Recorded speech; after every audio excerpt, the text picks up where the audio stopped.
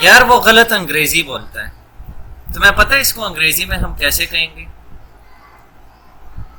وہ ہمیشہ چپ چاپ بےزتی برداشت کرتا ہے. کیسے اس کے بارے میں بات کریں گے انگلش میں؟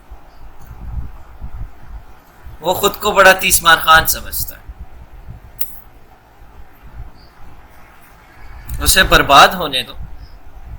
یہ چھوٹے چھوٹے جملے ہیں جو کہ ہم اپنے روزانہ کی بنیاد پر استعمال کرتے ہیں. آج کے اس ویڈیو لیسن میں دوستوں ہم اس پر بات کریں گے کہ ان کو ہم انگریزی میں کیسے بول لیں گے.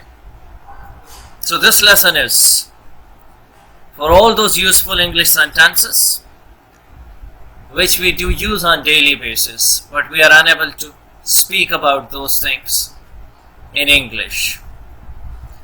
So let's begin with the first one, and that is وہ غلط انگریزی بولتا ہے. اب یہ کامنلی ہم یوز کرتے ہیں اپنی ڈے ٹو ڈے لائف میں. He speaks broken English. یعنی غلط انگریزی کو ہم انگلش میں کیا کہتے ہیں؟ He speaks broken English. So this is first one which is very common that we come across with. Next number پہ ہمارے پاس کیا ہے؟ وہ توہین چپ چاپ برداشت کرتا ہے. یعنی وہ بےزتی چپ چاپ برداشت کرتا ہے. بےزتی برداشت کرنا، توہین برداشت کرنا. Eats dirt. اب چپ چاپ he silently he eats dirt. یا ہم یہ بھی کہہ سکتے ہیں he eats dirt silently. توہین چپ چاپ برداشت کرنا، eats dirt silently. اب جیسے کچھ لوگ ہوتے ہیں وہ اپنے آپ کو ہر ایک چیز میں آگے آگے کرتے ہیں، جسے ہم بولتے ہیں بڑا تیسمار خان خود کو سمجھتا ہے. تو اس کے لیے ہم کیا کہیں؟ He is a cocky. یا ہم یہ بھی کہہ سکتے ہیں he is conceited. یا میں اگر یہاں پر کہوں کہ کرن خود کو بڑی تیسمار خان سمجھتی ہے تو کرن is a cocky یا کرن is a conceited girl.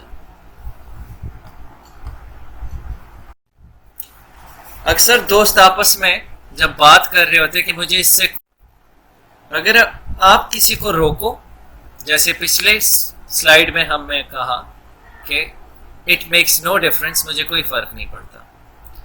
بار بار کسی کو اگر آپ روکے اور وہ کہے کہ نہیں مجھے فرق نہیں پڑتا، تو اس کے لیے اگر ہم کچھ استعمال کریں، جاؤ برباد ہو جاؤ یا اسے برباد ہونے دو، تو اس کے لیے ہم کیا کہیں گے ان انگلش؟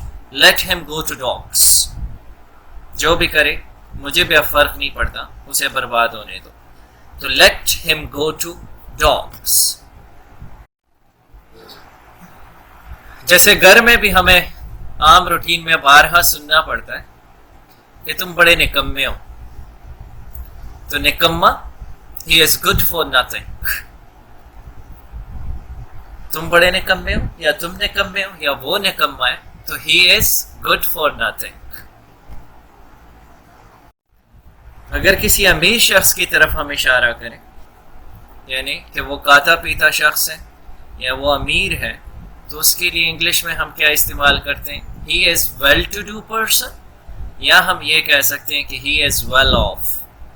تو کھاتا پیتا یعنی امیر شخص، well off یا well to do person. زبردست نشانے کے لیے جو ہم استعمال کرتے ہیں dead shot.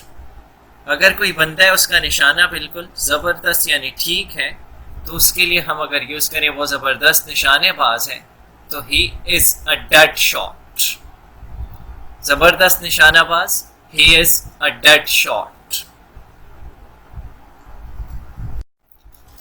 جیسے کہ سب چغل خوری کرتے ہیں آج کل، تو جو چغل خور ہوتا ہے اس کے لیے کیا لفظ ہم یوز کرتے ہیں؟ Back biter. اگر دوستوں میں کوئی جہاں پر بھی، تو اس کے لیے ہم یوز کریں گے کہ وہ چغل خور ہے he is a back biter. اور بیک بائٹنگ چغل خوری کو ہم بولتے ہیں. ہمارے گھر لوبیا ہر روز پکتا ہے. جو ڈش یعنی جو بھی سالن آپ کی طرف بار بار پکتا ہو تو اس کے لیے ہم کیا یوز کرتے ہیں؟ Standing dish. اب اگر آپ کے گھر میں لوبیا پکتا ہے تو بین ہو جائے گا، دال پکتی ہے تو پلسز ہو جائے گا، سبزیاں پکتی ہے تو ویجیٹیبلس. یہاں پر لوبیا کا ذکر ہو رہا ہے تو been is standing dish at our side یا been is standing dish at our home. اگر کوئی بار بار تھوکتا ہے تو ہم کہتے ہیں یار مت کر، مت تھوکو. تھوکنے کے لیے کیا لفظ ہم استعمال کرتے ہیں؟ اسپٹ. اگر ہم کہیں کہ فرش پر مت تھوکو تو don't spit on the floor.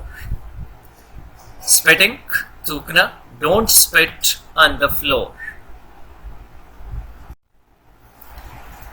گستاخ یعنی امپولائٹ یا روٹ. اگر کوئی بندہ آپ سے بدتمیزی کرتا ہے، اس کے لیے اگر ہم انگریزی میں یوز کرنا چاہیں، کسی اور کو بتائیں کہ فلاں بندہ بڑا گستاخ ہے، تو یہ لڑکا گستاخ ہے. He is impolite or rude. We use impolite or rude for those who misbehave or show ill manners. خیالی پلاؤ جسے ہم بولتے ہیں ڈے ڈریمنگ.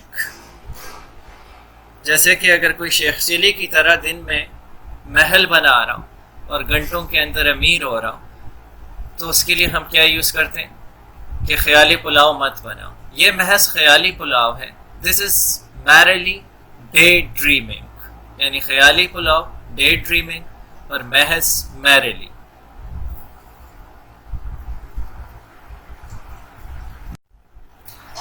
طبیعت ناساز ہونا، انڈسپوزڈ. اگر ان کیس تمہارا کوئی دوست یا کوئی بھی جو کہ بیمار ہو اور تم اس سے پوچھو انگلش میں، تو اس سے کیسے پوچھا جاتا ہے؟ Are you indisposed? کیا تمہاری طبیعت ناساز ہے، تم ٹھیک نہیں ہو؟ طبیعت ناساز، انڈسپوزڈ. یہ واقعی شرم کی بات ہے. It is indeed shameful. So all these 15 sentences, hopefully it would help you out in order to communicate in English. And these are kind of very common sentences which we use every now and then in our day-to-day conversation.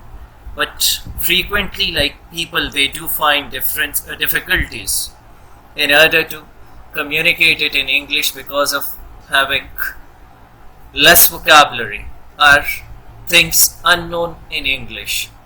I hope it would help you out in order to communicate efficiently and fluently. Stay tuned to us.